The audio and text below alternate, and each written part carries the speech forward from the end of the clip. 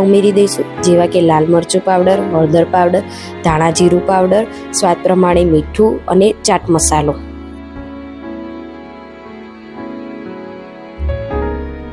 પછી એમાં હિંગ અને દળેલું જીરા પાવડર ઉમેરીશું. પછી બધી જ વસ્તુને હાથની મદદથી બરાબર મિક્સ કરી દઈશું. બધું જ મિક્સ કરીને થોડીવાર માટે એને સાઈડમાં રાખી દઈશું. હવે આપણે પરાઠા માટે લોટ તૈયાર કરીશું. હવે આપણે ઘઉંનો લોટ લઈને એમાં તેલ અને મીઠું ઉમેરીશું. પછી ધીમે ધીમે પાણી ઉમેરીને બરાબર લોટ બાંધી દઈશું. હવે તમે જોઈ શકો છો કે આપણો લોટ તૈયાર છે.